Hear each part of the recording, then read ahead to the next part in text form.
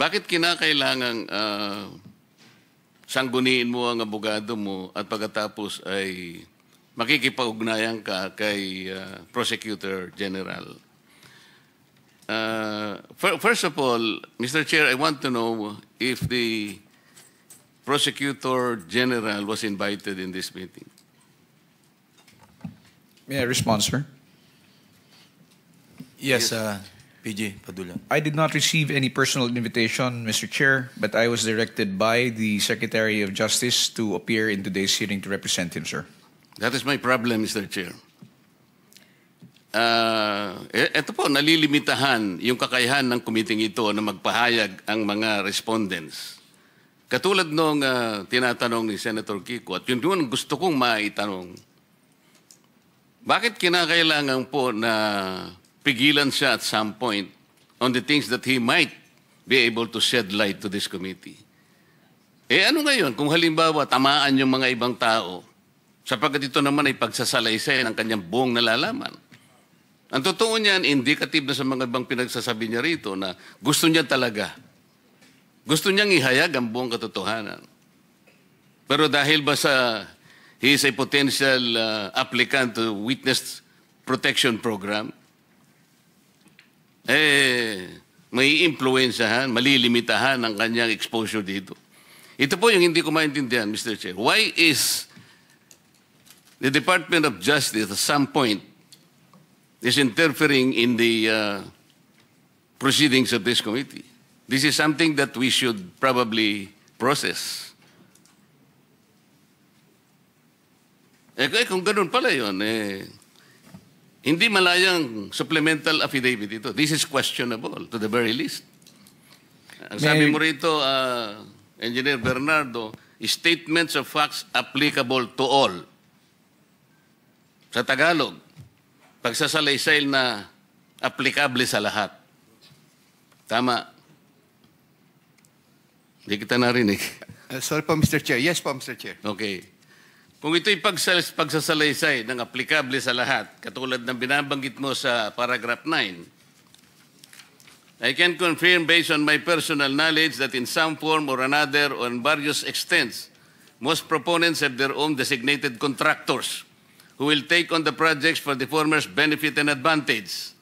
Sometimes other proponents would request me to suggest contractors for them who are known to me or referred to me by friends and other personalities. These are situations that national and local elected politicians would request me to source projects for them.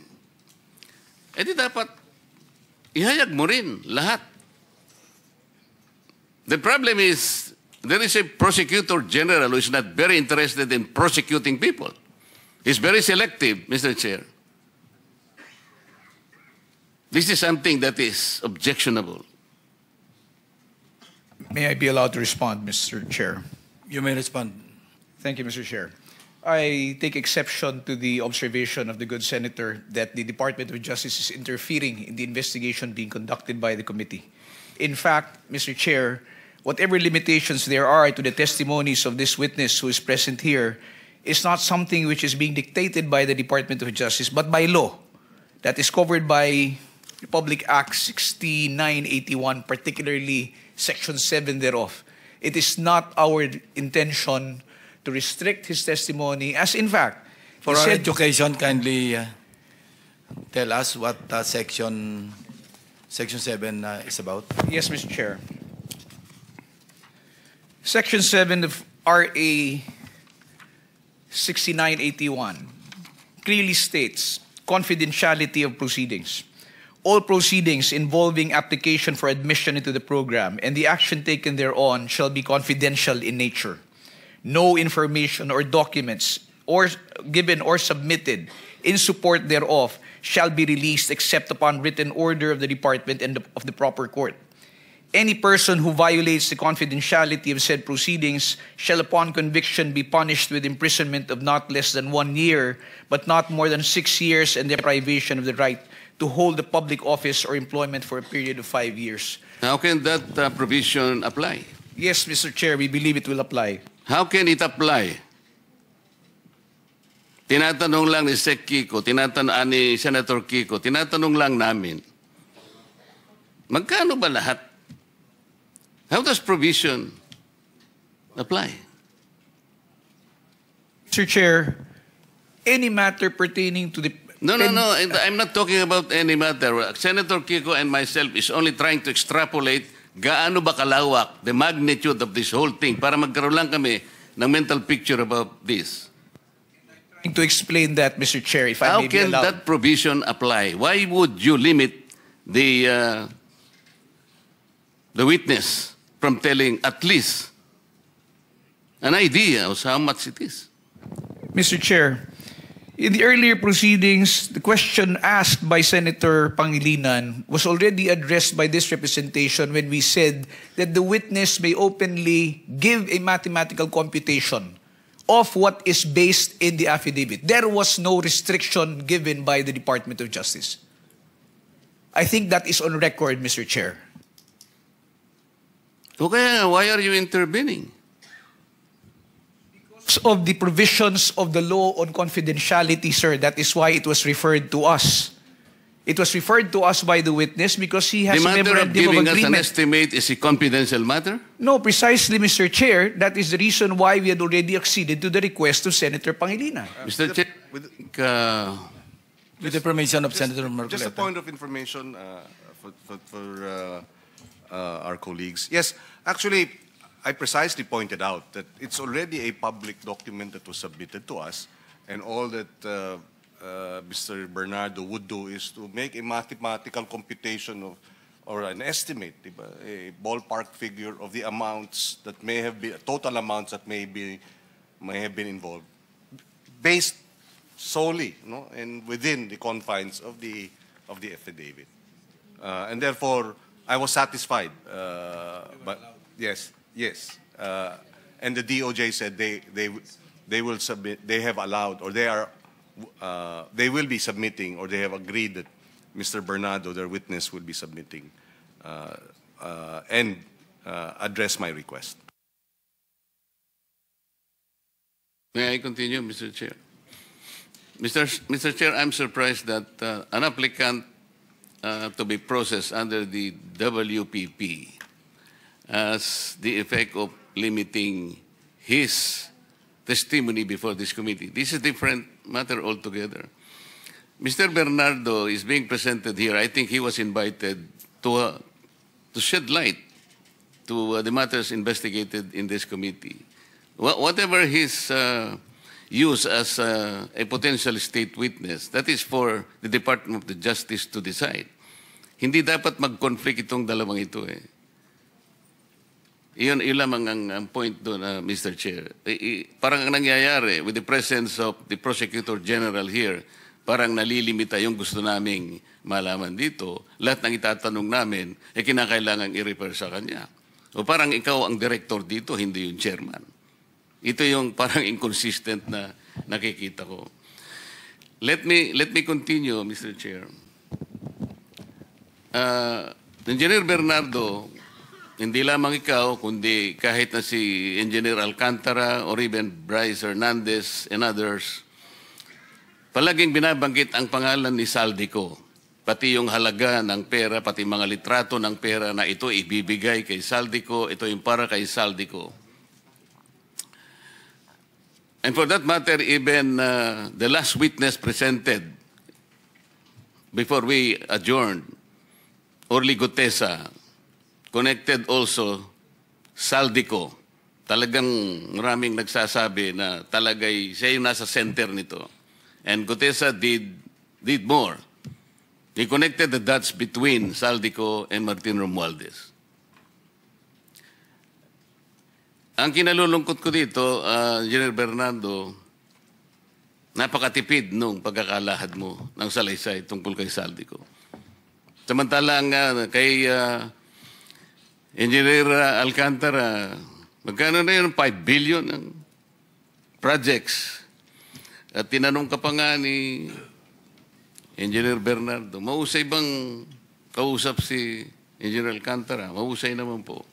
Ang sabi ng chairman, tinanong ka, ano ibig sabihin ng mahusay kang kausap?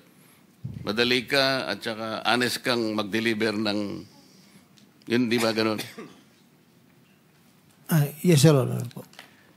Ayun nga po, bakit sa ganung exposure ni Saldico sa lahat ng transaction na pinag-uusapan natin dito, bakit wala ka man lang ng pension na konting detalye, Engineer Bernardo?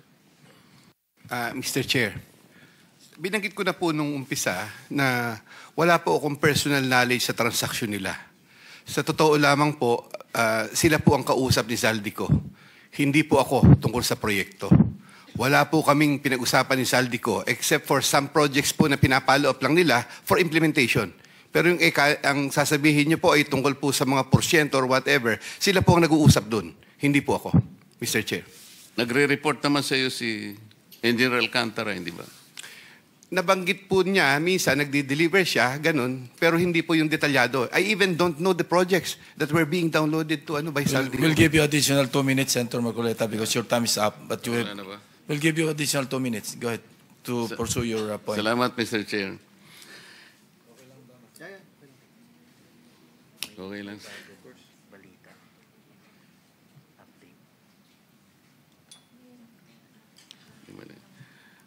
Engineer Bernardo, tungkol dun sa pagkakaiba ng mga coordinates, dahil sa kaya nagkaroon ng konting problema, yung sinubmit ni Yusek Cabral sa Pangulo na naging basihan ng sumbong sa Pangulo was based on MYPS application. Tama ba yun? Mr. Chair, as far as I can recall, meron pong MYPS na balita ko po noon. Yun po yung... Mr. Chair, may I remind the Honorable Committee that during the time that there was a submission of those reports, I was no longer active in the DPWH because I was then on leave before the submission, I think, or retired na po ako after that. So, hindi ko po masyadong but I have talked to my people doon po dati na nalaman ko po na MIPS po ang kanyang sinubmit sa Pangulo, doon po sa sumbong sa Pangulo. Yun lamang po ang binanggit sa akin. So, na-validate mo rin naman na-validate mo naman na base sa pagtatanong mo sa mga dati mong kasama sa DPWH nang talagang na-submit niyang application sa opisina ng Pangulo ay yung MYPS. Yun po ang sinabi nila, Mr. Chair. At ang totoo, dapat na isinabmit niya yung MPCA. Ano yun? PCMA, but PCMA, na ito yung, kung tutuusin mo, ito yung mas accurate sana. with the Survey 123 coordinates po. Yes, yung Survey 123, kapag sinama mo sa MPCA, mas lalong katanggap-tanggap yung magiging coordinates ng bawat project. Tama? Ayun po, as far as I know, yes, Mr. Chair, yun po yun. Yung allocable na binabanggit kanina, na talaga namang yun, pang-alok talaga yun. Ito'y inamin. Alam ito ni General Alcantara, nung tinatanong ko si former Secretary Bunuan, katabi pa niya si Yusek Cabral, inamin nila yung allocable ay inaalok talaga sa mga congressmen kasi doon nagsisimula yung deliberation. At noon ay sinabi nga na yung allocable ay nasa 350 billion kagad yun, given the number of the members of the House of Representatives. Over and above that, papasok yung leadership na another 100 billion. Kaya yun lang, 450 na. Pagpasok ng unprogrammed, another 150 billion. At katapos-tapusan nito, ito na yung bicameral na another 400 billion pesos. Doon na kwenta, doon sa pag-uusap na yon, Mr. Chair, na ang talagang nadadagdag pala sa original ceiling ng NEP ay at least 1 trillion pesos. Engineer Alcantara, nandun ka nung tinatanong ko ito at na-establish natin ang bahaging ito. Tama ba? Yes, Your Honor po. Salamat po, Mr. Chair. Thank you.